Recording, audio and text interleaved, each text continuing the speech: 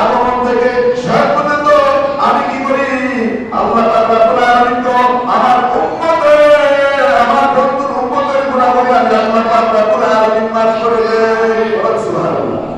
তো আমার বন্ধুর উম্মতের গুনাহগুলো আমি আল্লাহ রাব্বুল আলামিন মাফ করে দেই।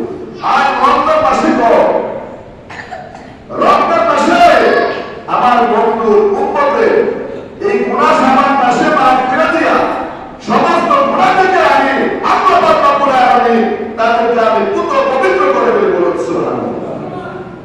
রমজান মাসে গুনাহ মাফ শুধু করে না, শাবান মাসে মাফ করে দেয়া রমজান মাস আগমন করবে, ওই রমজান মাসে গুনাহ থেকে একবারে পুত্র পবিত্র করে দেবে।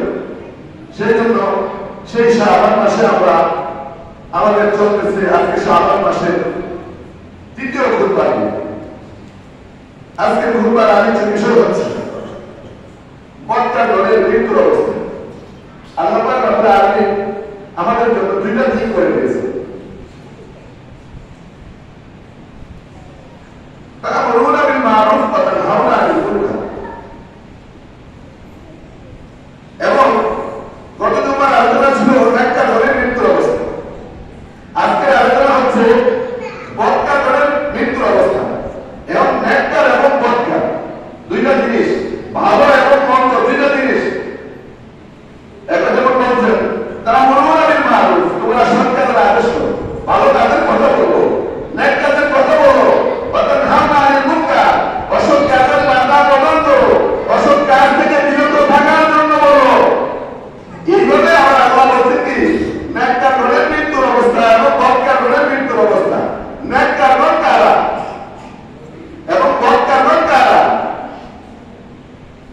এই বিষয়ে কুরআন সুন্নাহ ভিত্তিক আল্লাহর হাবিব সাল্লাল্লাহু আলাইহি ওয়াসাল্লাম আলোচনা করেছেন। এবং আজকে সেই সম্পর্কে মুখতাসার অল্প সময়ের ভিতরে আমরা আলোচনা করব। এখন নেককার এবং বক্তা, এই যে নেকওয়ালা আল্লাহওয়ালা এর জন্য আল্লাহ পাক রব্বুল আলামিন আল্লাহর নিয়ামত রাখছেন। এখন নেককার কারা আর বক্তার কারা? বক্তার অবস্থা কি আর নেককার অবস্থা কি? এই অবস্থাটা আল্লাহ পাক রব্বুল আলামিন কোরআন মাজিদে জানিয়ে দিচ্ছেন। এখন এই আমরা আল্লাহ পাক রব্বুল আলামিন আজকে আলোচনা করতে বলছেন কুল্লু নাফসিন যায়িকাতুল মাউত, প্রত্যেক মানুষের প্রত্যেক প্রাণীর মরণের স্বাদ গ্রহণ করতে হবে এবং এই মরণ থেকে আমরা কেউ বাঁচতে পারবো না, বাঁচার কোনো ব্যবস্থা নাই। মৃত্যুর পরে মানুষের, মৃত্যুর পর যদি সে মনে করেন সে মারা গেল, আমার দেহের মধ্যে দুইটা জিনিস আছে।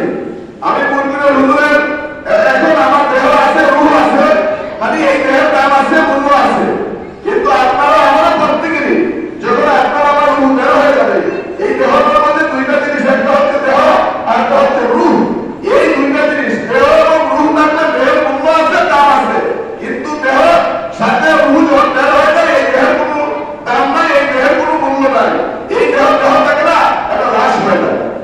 তো যখন আপনার রূহ বের হয়ে যায়, বের হয়ে যাওয়ার পর আপনার আমার ছেলে সন্তান আপনজন বা প্রতিবেশী সকলে মিলে আপনাকে আমাকে কবরে দেওয়ার জন্য আল্লাহ রাসূলের বিধান যত দ্রুত পারা যায় তাকে তত দ্রুত তাকে দাফন করে দেব, তার কাজ সম্পূর্ণ করে। তাই এখন আপনার মৃত্যুর পর আপনার কবরে দেওয়া হবে। এখন যদি আপনাকে কবরে দেওয়া হয়, এই কবরে দেওয়ার পর আপনি যদি নেককার হন, আল্লাহওয়ালা হন, পরহেজগারী হন, আল্লাহ রাসূলের বিধিবিধান মতে যখন আপনি চলবেন, তখন মৃত্যু থেকে আরম্ভ করে কিয়ামত পর্যন্ত যে সময়টা, এই সময়টাও বান্দা জিন্দেগি বলা হয়। এই বান্দা জিন্দেগিটাও আপনি কবরের মধ্যে আপনি কি করবেন? আরাম আসে জান্নাতে আপনি থাকবেন। বলুন সুবহানাল্লাহ।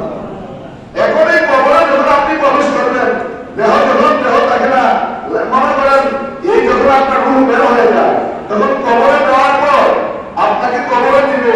দুনিয়ার জগতে ভালো করলেন না মন্দ করলেন, এটার হিসাব আল্লাহর দরবারে দিতে হবে।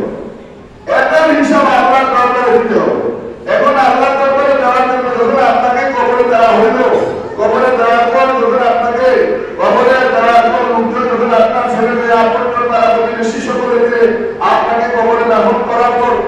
30 কদম করে সরে যায়